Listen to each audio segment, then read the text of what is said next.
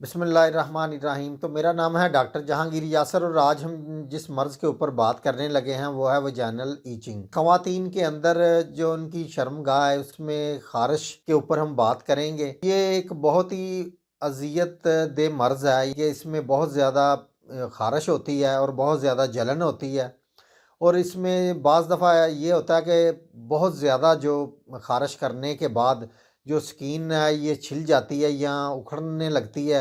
इससे पहले अगर आपने मेरे इस चैनल डॉक्टर जहांगीर यासर को सब्सक्राइब नहीं किया तो सब्सक्राइब ज़रूर करें और साथ बेल आइकॉन को भी प्रेस करें ताकि जो मेरी नई आने वाली वीडियोज़ है उसके नोटिफिकेशन आपको मिलते रहें।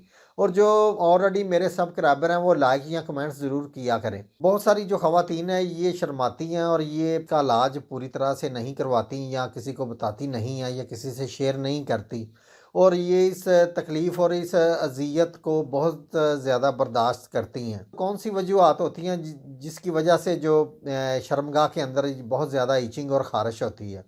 तो इसमें जो वायरल इन्फेक्शन होने की वजह से भी ये ख़ारिश हो सकती है।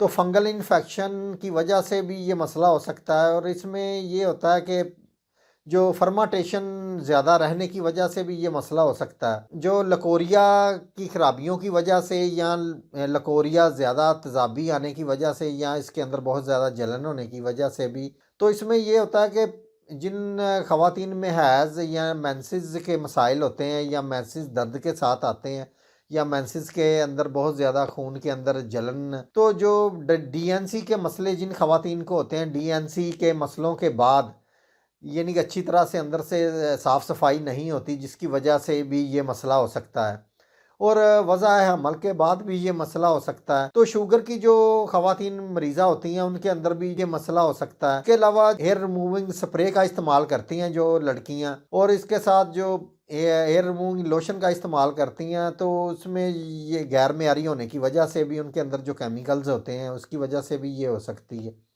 और जो पेट के अंदर कर्म्स की वजह से या पेट के जो कीड़े होते हैं उनकी वजह से भी ये शर्मगाह के अंदर ये ईचिंग का मसला हो सकता है। तो जिन ख़वातीन के खावंद के अंदर जिनसी मसाइल होते हैं या उनको आतशक या सुजाक का मसला होता है तो मुबाशरत के बाद जो ख़वातीन होती हैं उनके अंदर भी ये जिनसी मसाइल हो सकता है। तो मैं आपको इसका बहुत ही बेहतरीन इलाज बताता हूँ। इसमें जो होम्योपैथिक की पहली मेडिसिन मैं आपको बताने लगा हूँ वो मेडिसिन है रिस्टॉक्स।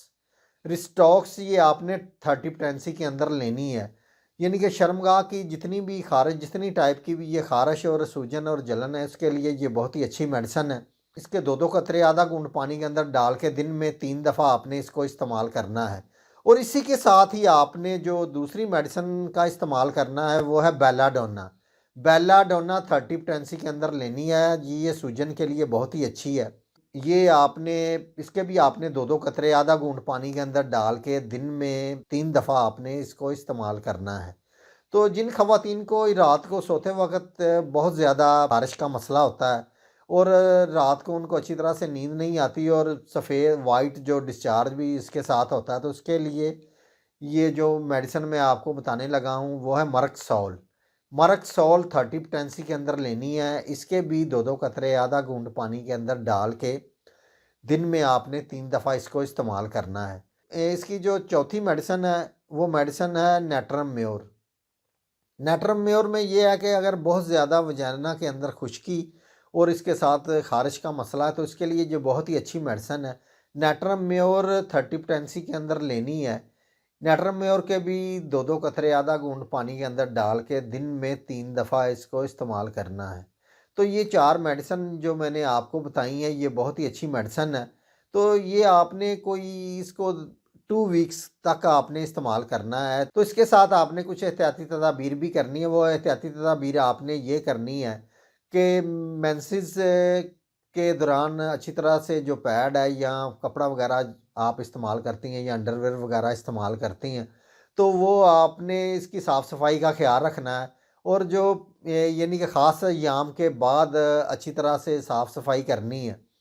तो इसके साथ आपने जो गर्म चीज़ों का इस्तेमाल बिल्कुल नहीं करना क्योंकि जो बहुत ज़्यादा हिद्दत की वजह से भी ये जो ख़ारिश है ये होने लगती है। और ठंडे पानी के छींटे आप लगा सकती हैं। तो इसके साथ आप मेडिसिन का इस्तेमाल करें तो इंशाल्लाह ताला इससे जो आपका वजाइनल ईचिंग या शर्मगाह के अंदर खारिश का मसला इंशाल्लाह ताला वो बिल्कुल हल हो जाएगा।